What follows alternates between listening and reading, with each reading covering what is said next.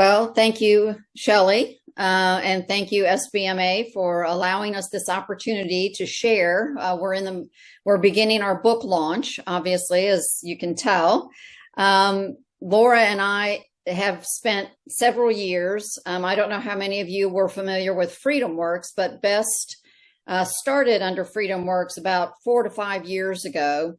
And when FreedomWorks closed their doors last year, we went ahead and took everything from that and started our own operation. And now this is the compilation of many years of just training. We started out with campaign training. Then we moved into school board training, because once you win that race, what are you going to do? Okay. So how do you function? How do you operate? And we do have some contributors to this book, even though Laura and I are the leads on this. And I think one of the unique things about Best in Ed is that we are a compilation. Laura and I both are former school board members. We've been in your seats before. And so we understand we may not have dealt with all of the same issues that you've dealt with, because both of us rotated off before COVID. But there are a lot of commonalities, and we have a lot of empathy for you. And we believe that the knowledge and information that we've experienced, we have gained over the many years of being involved in education, will be of benefit. But anyway, one of the great things about Best, let me go back, is that we are an organization of school board members, both present and past. Everyone who has contributed and been a part of getting this book to where it is today has been in your seat. So we all have the experience to be able to share and to help you through your journey of being on the school board. So let's get started anyway. And I want to thank all of you too for taking the time to come and to listen to this. Okay. So, we're in an era of flux. There's been a lot of changes over the years with regards to education. But there again, probably one of the most memorable and monumental changes or shifts in education is COVID, the pandemic, and how that really opened the eyes of a lot of parents, a lot of people within the education system. And so we felt that this book, supporting school board leadership the right way, was very important.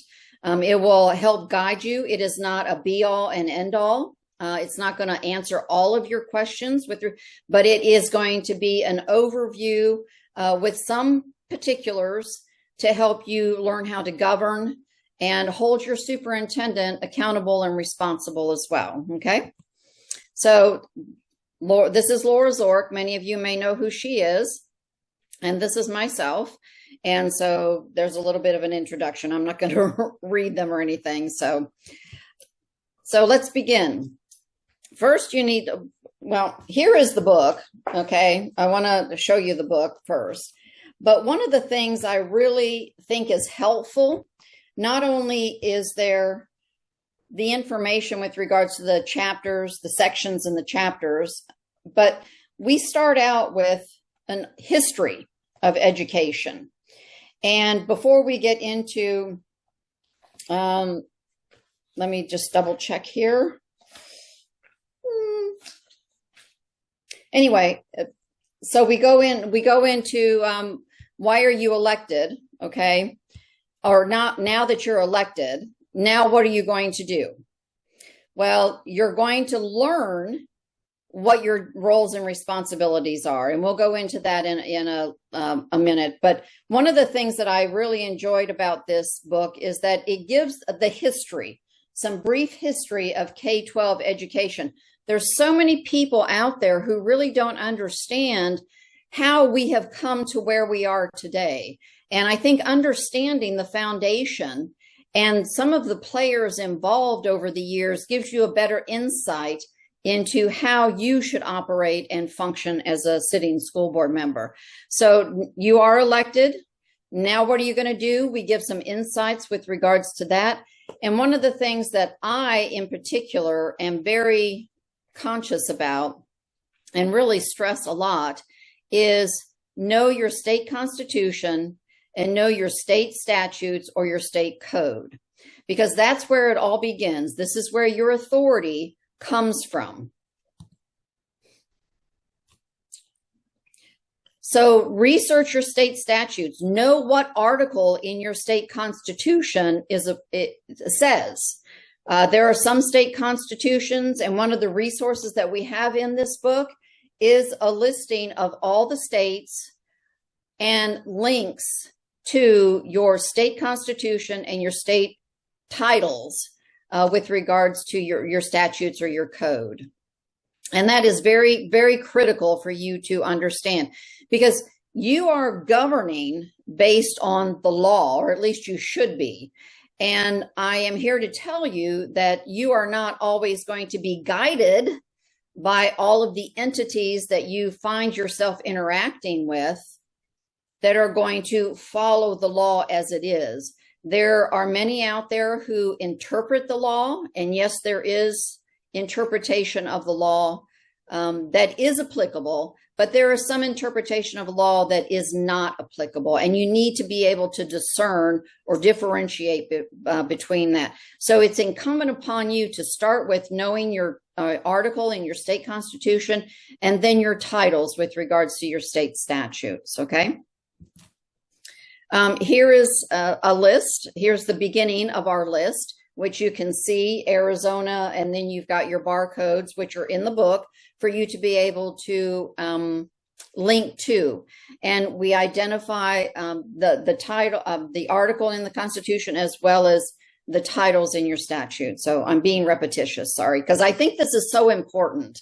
I can't stress this enough, that you understand the foundation of your authority, because you will be told that some of your authority is illegitimate or not realistic or something along that nature. And you need to be able to push back and give that feedback and know where you stand. So we go into section 2. This is broken up into sections and chapters. Section 2 is about board governance. We talk about ethical decision-making and conflicts of interest, okay? You know what a conflict of interest is, and with regards to your decision-making, you need to be able to understand the law, obviously, but apply common sense and ethical standards to what are you going to decide that is best for, and remember, your focus is the students. It's not the politicians. It's not the party. It's not necessarily the community. It is the students and their academic needs. That is a primary focus for any school board member. So do it with good intent and make sure that there are no conflicts of interest. The school board's master calendar, that's another thing with regards to governance. How are you going to operate throughout the year? You have your annual meeting, right? And then you decide on how many meetings a month you're going to have. Are they going to be a business meeting? Are they going to be a superintendent workshop? Is it going to be a budget meeting? And you must comply with regards to all of the laws that govern how you announce your meetings and how you hold your meetings and where you hold your meetings. Not all states, but many states require you to hold your meetings within close proximity of your constituents, because remember, you are a public body and your constituents need to be able to attend without an exorbitant cost, obviously. You don't want to hold, if you're in Virginia, you don't necessarily want to hold, a meeting in Kentucky where your constituents aren't able to travel to quite easily and stuff. So those kinds of things. And I know that's probably seems unrealistic, but believe it or not, things like that happen, okay? So, and then of course you need to understand your Robert's Rules of Order. Robert's Rules of Order is not my forte. I'm still learning quite a bit about Robert's Rules of Order. So I would, and I think Shelley SBMA has had webinars or some training with regards to Robert's rules. So it's always good to review and understand how you're supposed to function and operate, because meetings can get out of hand, as I'm sure all of you are very well aware of. Chapter 6, it talks about Robert's Rules of Order. Again, Robert's Rules is not my forte, but it does give order and structure. It is a structured approach to holding a public meeting. You are a public entity, and when you are in the public, you need to be professional, you need to be respectful, and you need to allow the public to participate. And Robert's one of the main things of Robert's Rules of Order is to allow for that interaction with the public and with each other. Okay. Here are some school board member guides for common parliamentary procedures and language. I won't belabor this, but the book, these are from the book, so you will be able to see what is out there and how you vote, how you function, I guess, with regards to voting procedures, I'll say, okay? Transparency. This is probably in the forefront of many minds at the moment, given what's going on at the federal level, okay? And what I'll say about this is that everything that you do as a public official can be FOIA'd or public records request, however you refer to it. You need to be cautious and intentional with regards to how you communicate. You need to be cautious and intentional with what method you're using to communicate. So here we talk about public records, and that's dealing with FOIAs and what is actually in writing. And then we talk about, what are your sunshine laws? Do you have open meeting laws? In Florida, I live in Florida now. In Florida, they have what's called the sunshine laws. And I'm very thankful that I served in Virginia, because in Virginia, it's not as stringent, I'll say, as it is here in Florida. In Florida, one school board member cannot communicate with another school board member outside of a public meeting. At least in Virginia, you could communicate with one other school board member without it being considered a public meeting.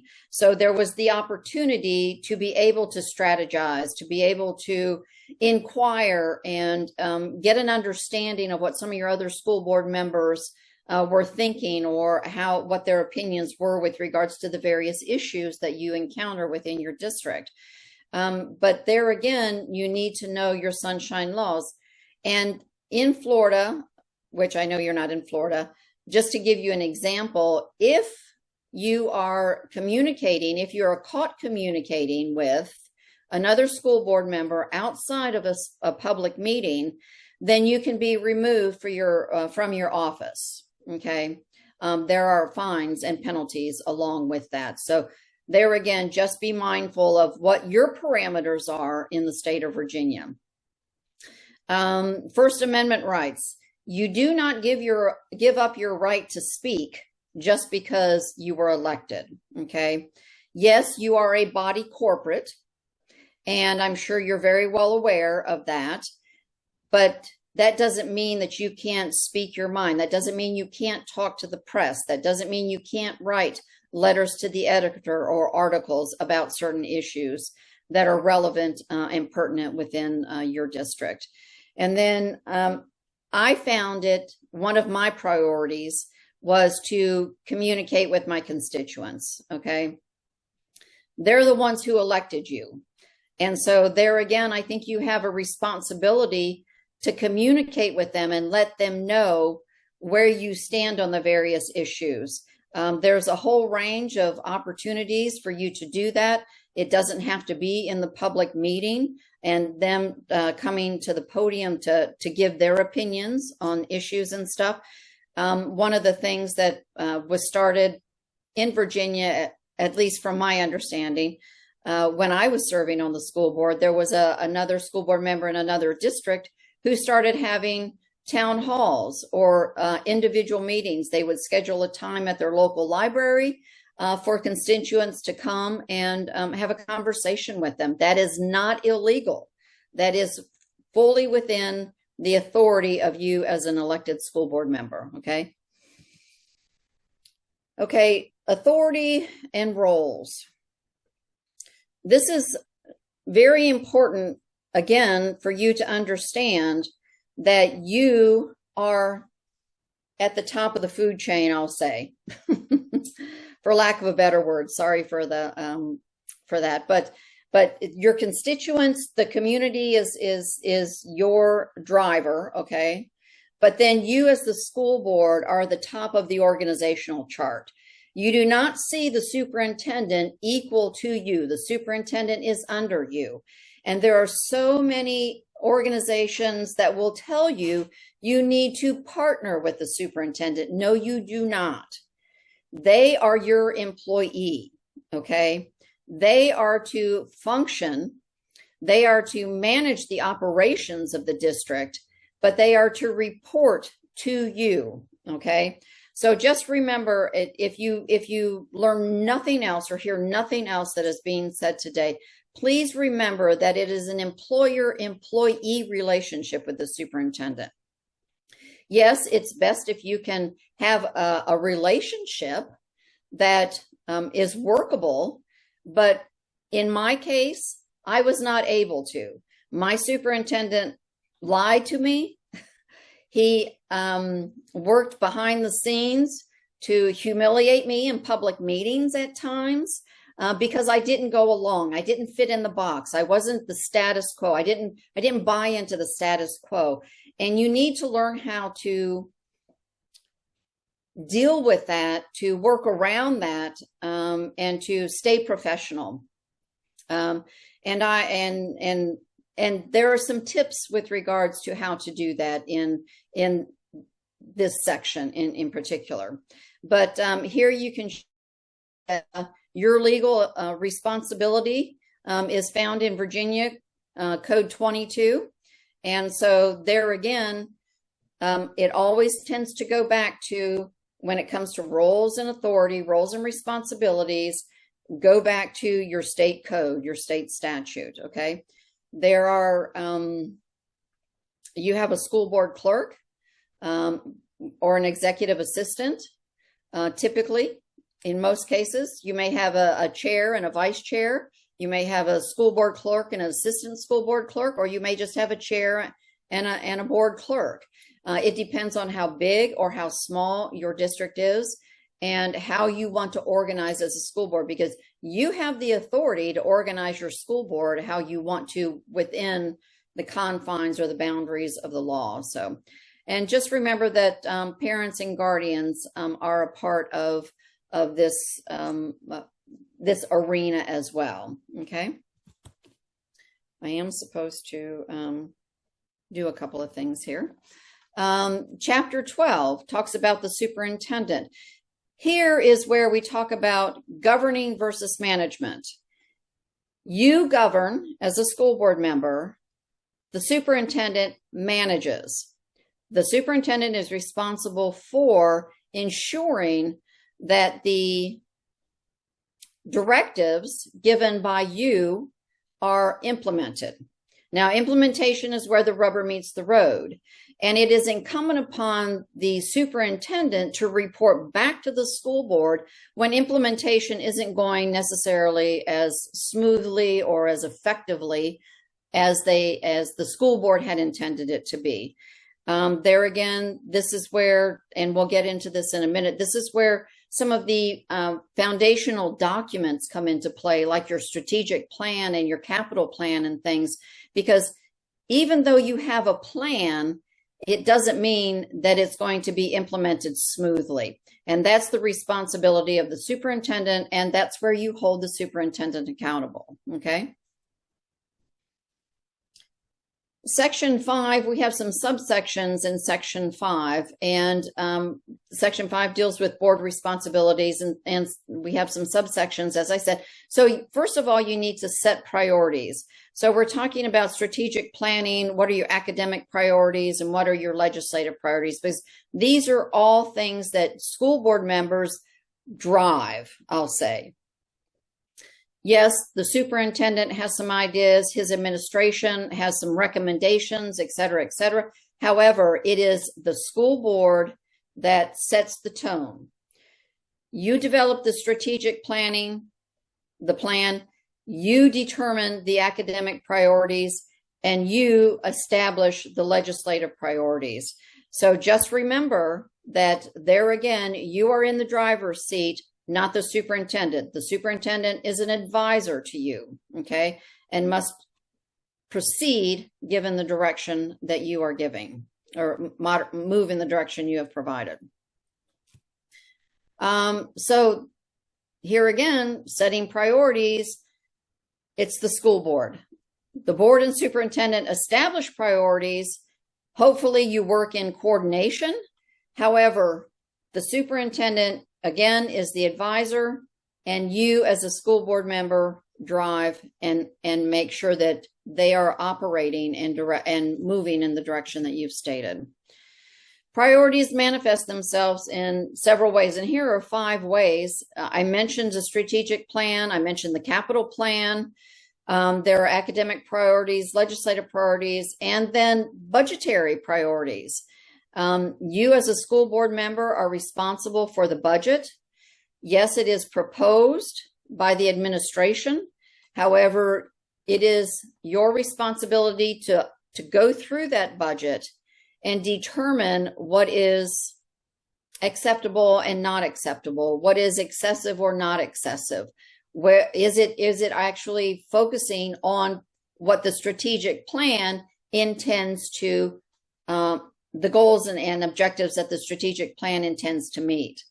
So there again, make sure that you are the driver, you're in the driver's seat. Don't let the superintendent intimidate you or tell you that you're not on the right track. There's more than one way to skin a cat. And when it comes, I think that with what's going on at the federal level, I think that we're going to see that filter down to state and local levels as well. I don't think it's just going to stay at the federal level, because usually what happens at one level does filter down in some form or fashion or capacity to the other levels. So be mindful of what your focus is on and what your authority is with regards to ensuring that this focus is, that this focus priorities are being implemented. Section 5.2, where we talk about setting policy. You are responsible for policy. Yes, there are others who draft policy for you. The VSBA is very robust about ensuring that your district receives the policy that they draft. You do not have to approve the policy that is given to you by the VSBA, sorry, SBMA, the VSBA. Actually, the SBMA does have a policy section that can assist you with regards to ensuring that you are doing policy in a responsible and productive manner, okay? Out of policy comes procedures. How are you going to procedurally follow through with regards to implementing maybe student discipline or dress code or evaluations, teacher evaluations, those kinds of things. So there typically are procedures to establish processes that you must follow. And that is within your purview to set those boundaries and monitor how you see best for your district. Again, all districts are unique. Some are small, some are large, some are middle, some have large budgets, some have smaller budgets. And you need to work within the reality of your district. And then there's always crisis management. What are you going to do? I find this is one of my pet peeves with regards to legislation, which drives policy, obviously. And legislation is so reactionary. I don't find legislation to be intentional and thoughtful in a lot of cases, because especially in the world of education, a shooting happens or there's, a massive incident or crisis that happens.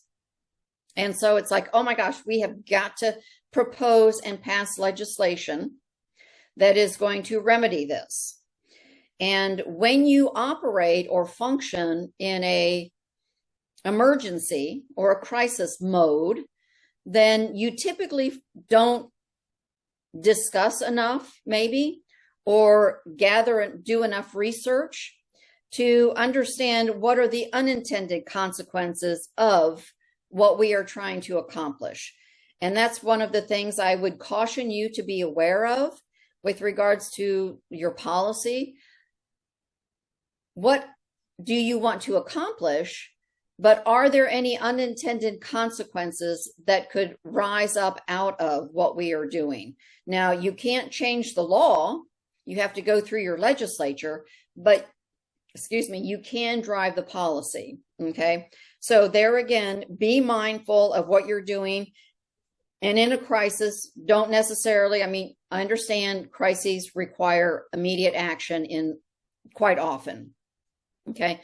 But be thoughtful and intentional and do your research as best you can, so that you don't deal with the unintended consequences. Because one of the things I also have an issue with or a bias with is regards to this, what we call how diversity is being defined nowadays. And when you try to be diverse, one of the unintended consequences is exclusion. Okay. Because you are trying to accommodate different groups, different ethnicities, different subsets, there's always somebody who gets left out. There's always a group that gets left out or something. And so there again, just be mindful of the unintentional consequences when you're dealing with policy is my point here.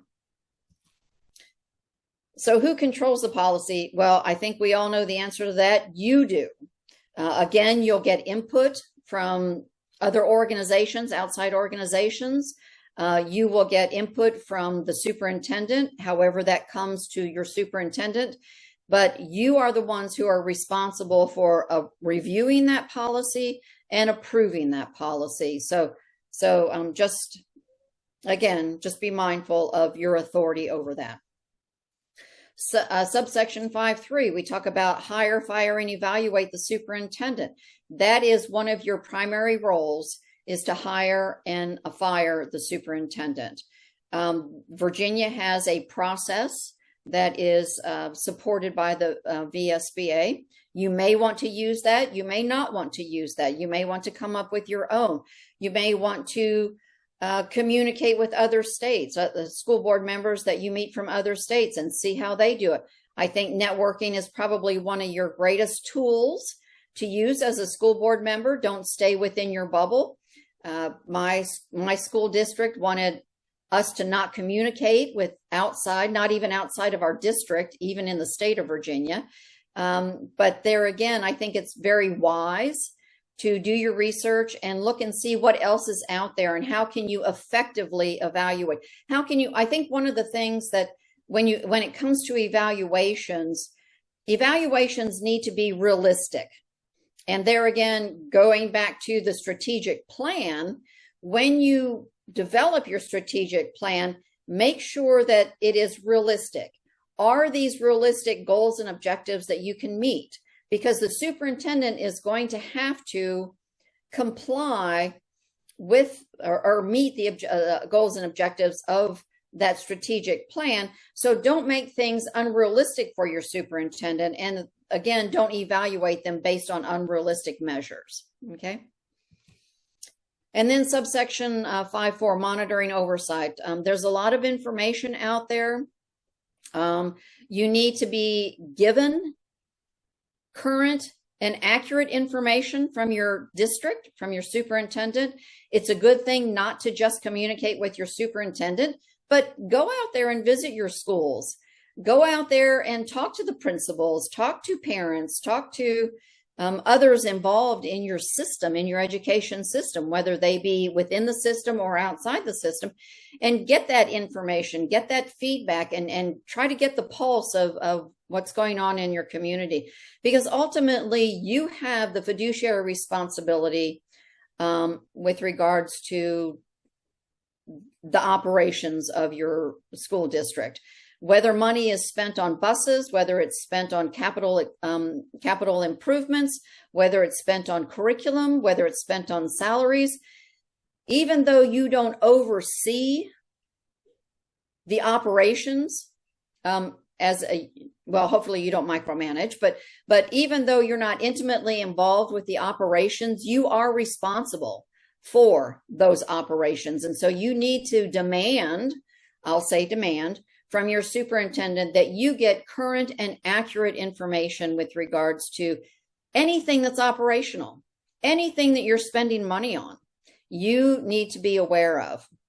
And just a question, be inquisitive, question. Okay. Section 6 is about budgeting and budgets. What is your budget cycle? What are you looking at spending money on? What is your cycle, your budget cycle with regards to curriculum, with regards to bus replacement, transportation needs, capital improvements, capital expenditures and stuff. So you have that budgeting process, and you know, sometimes there's some things that kind of come up and surprise you maybe a little bit. But I know that for our budget cycle, it was pretty routine. You know, the departments would come in and they'd say, well, we would like to have, you know, increased salary and increased benefits. Well, yes, salary and benefits make up the bulk of your budget. But there are other things that need attention to. And going back to and ensuring that the students are being taught and they're learning what they need to learn is one of your primary responsibilities, or one of your it is your primary objective to make sure that, you know, students are learning. We need to graduate students who are proficient. Okay, we're not doing such a great job of that at the moment. But understand your budget cycle, understand what your budget is being spent on. One of the things that used to drive me crazy was how they categorize. And they use this convoluted categorizing method, and they don't give definition to that. Make sure you understand the definition of these categories. Because they slice and dice. There are some school districts in Virginia that do a good job of being transparent in their budgets. My district, I would always ask for, well, what is the budget for the school? But through networking and through reaching out to others, I found that there are districts in Virginia that actually do budget by school. And I was like impressed. And I thought, well, that's the way it should be. But not all districts do that. And for you to get a real handle on your budget, you don't need just, you know, the 10,000 foot overview. You need to get down and understand what each school is actually, how they're actually operating and functioning. No, you shouldn't be directing them on spending more money on furniture or more money on, painting or something like that. But there needs to be that knowledge. Knowledge is power. And you need to have that knowledge with regards to your budget, because as I mentioned a few minutes ago, you are fiduciarily responsible for the expenditures in your district. Okay. Section 7, we talk about school board finance, procurement, contracts, and fraud. My background is federal procurement, so this is near and dear to my heart. And this is where I think we are finding that there is quite a bit of fraud, waste, and abuse at the federal level. It's really coming out. So learn from that and realize that there are some finance basics that are a must for you to understand. And the book points out some of those for you. You need to understand your procurement process. On your agenda, there will be, if not monthly, at least every other month, there will be some kind of contract or agreement that you will need to approve. Look at those and see what is in them. What are you actually signing up to spend money on? It's important for you to understand that. Here is where some conflicts of interest can arise. You may have a relative in your district that is a general contractor. And if they bid on a capital, like repaving the parking lot, is that wise for you to be involved in approving that? Maybe you want to recuse yourself from that vote. But just be mindful that there are conflicts of interest. Maybe the superintendent is related to or has a brother or a sister that is providing some kind of service to the school district. Be mindful of those kinds of things. Be mindful of quantities. Be mindful, make sure that you are competing your procurements and your contracts, okay? Now, there are purchase cards. I'm sure all of you know about purchase cards. If you don't, you should be aware of them. Usually the secretary at each school has a purchase card to do minimal purchasing, such as they go to Staples and get more paper or whatever the case might be. But know what the budget is for those. Make sure that they are being reconciled on a monthly basis, okay? These are things where fraud can be found. What does it matter if we buy, 50 tires and, the guy in the maintenance shop is taking 4 tires home for their personal car?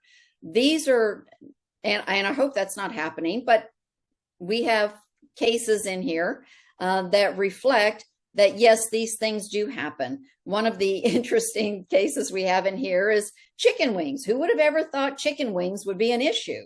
But there was one school district that bought over time a large quantity of chicken wings, and guess where the chicken wings were going? They weren't going to the students. They were going out the door. This is fraud, this is waste, this is abuse, and it's illegal to do that, okay? So these are some things that you need to be aware of. Question your contracts. How long have you had your contract? Is it a year contract?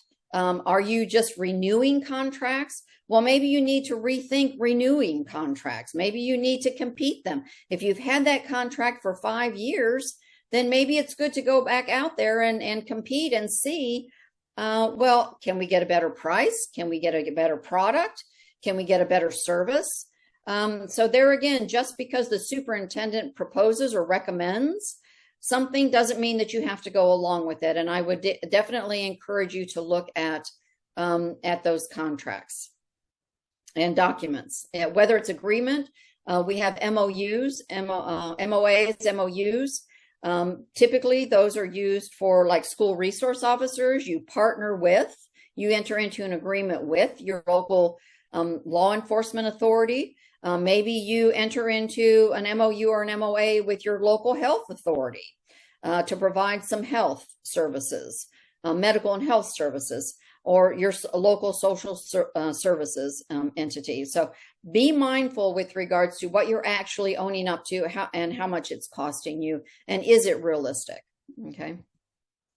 Section 8, internal and external influences. There are a range of internal and external influences.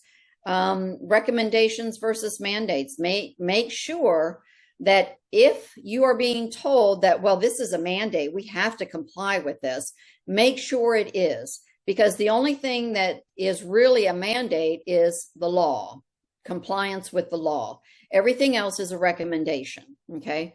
You're going to have committees. You're going to have to deal with committees. You may have to deal with labor unions.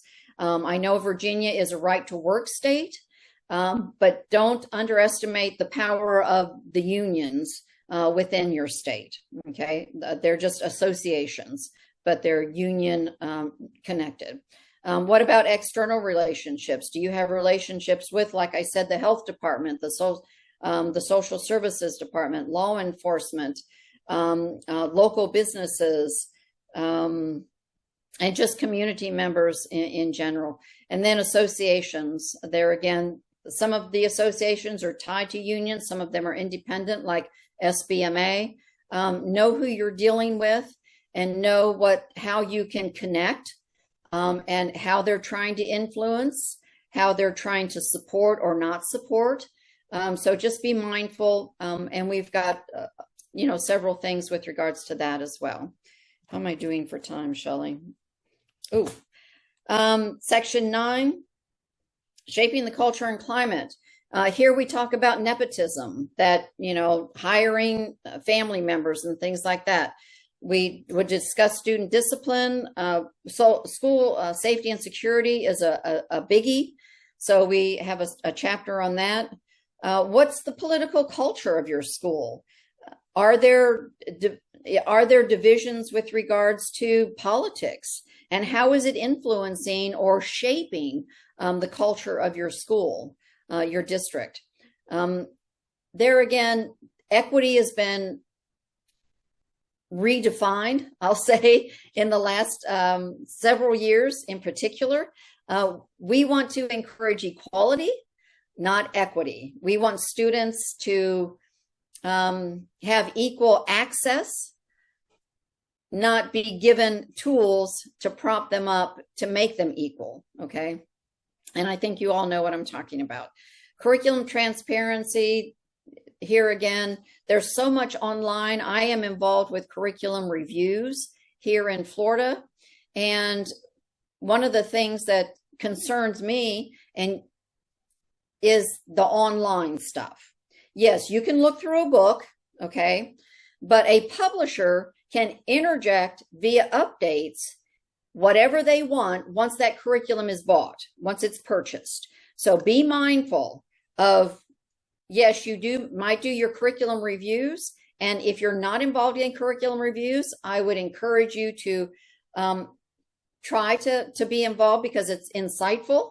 You start to see the commonalities with regards to the big publishers, the big boys, and their influence that they have over curriculum and things that are going on. And then you must adapt to change. Not everything stays the same, as we all know. I think 2020 was a very changing experience for many, for better or for worse. And we need to understand how we're going to adapt to change and how that's going to impact the culture and climate of our school district. Okay. I'm at the end where we've got resources at the back of the book. We have acronyms. Acronyms are used quite a bit within the government arena. We have general education terms. And we also we thought it was important to understand the finance and budgetary terms, because budget and finance are an entity unto themselves. They do have a language of their own. And then we use some commonly associated terms with regards to critical race theory, DEI, SEL, all this woke stuff and everything. So it will help you with regards to your review of just the body of documents and things that you're required to review to sufficiently and adequately and effectively do your job. So I will end with this book is transformational. We believe it's one of a kind. It's unique. It's the first with regards to something that supports school board candidates, school board members. Notice that we titled it School Board Leadership the Right Way. Yes, school board members are leaders within the education arena, but this is also for candidates. This is also for organizations to understand, so that they get a better understanding of what all school boards encompass. What is in the arena? What is in your world? What do you deal with?